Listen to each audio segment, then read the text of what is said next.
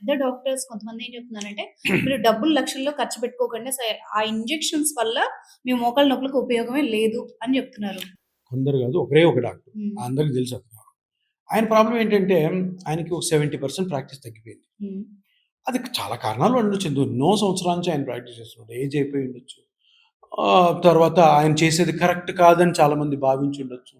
Maybe ఇపియాన్ ఈ treatment start చేసిన తర్వాత ఆయన దగ్గర నుంచి పేషెంట్ నా దగ్గరకు వస్తుండొచ్చు.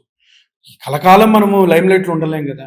కానీ ఆ క్యాండిడేట్ చేసిన పని ఏంటంటే, ఒక 2010, 2007, 8 వరకు కూడాను ఈ ఆపరేషన్‌లు మోకాళ్ళ మీద జరిగేవి కరెక్ట్‌గానే జరిగేవి. హ్మ్.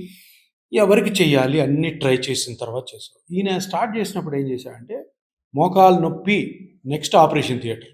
హ్మ్. మోకాలు నొప్పి అని ఎవరైనా వస్తే ఆపరేషన్ థియేటర్. ఇంకా మోకాలులో ఎందుకు నొప్పొచ్చింది? దాంట్లో ఏం స్ట్రక్చర్స్ ఉంటాయి? అవి ఏమి చెడిపోయాయి? వాటిని ఆపరేషన్ లేకుండా ఏమన్నా చెయ్యొచ్చా అన్న ఆలోచన ఆయనకు ఉన్నా గూడా చేయలే.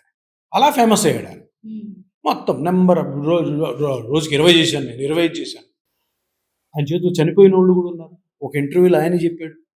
నేను ఒక పేషెంట్ చేస్తే చనిపోయాడు. అంటే చనిపోయాడు, చనిపోవడం అన్నది ఆపరేషన్‌లో అన్నది నువ్వు అంత ఈజీగా మాట్లాడుతున్నావేంటి?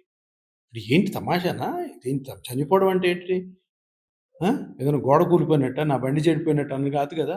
మనిషి ప్రాణం. హ్మ్. అంటే అది ఆపరేషన్ వల్ల జరిగింది కదా! ఎందుకు చేయాలి ఆపరేషన్? హ్మ్. ఆపరేషన్ చేయకుంటుంటే ఆ మనిషి బతికుండేవాడా? ఆ ఫ్యామిలీ అంతా ఈరోజు బాగుండేదా? ఎందుకు చేసావు? అంటే నువ్వు చేసిన ఆపరేషన్‌లో తప్పు ఉంది. ప్లస్ ఆల్సో అందరికీ ఆపరేషన్ రుద్దుతున్నావు చూడు అది తప్పు.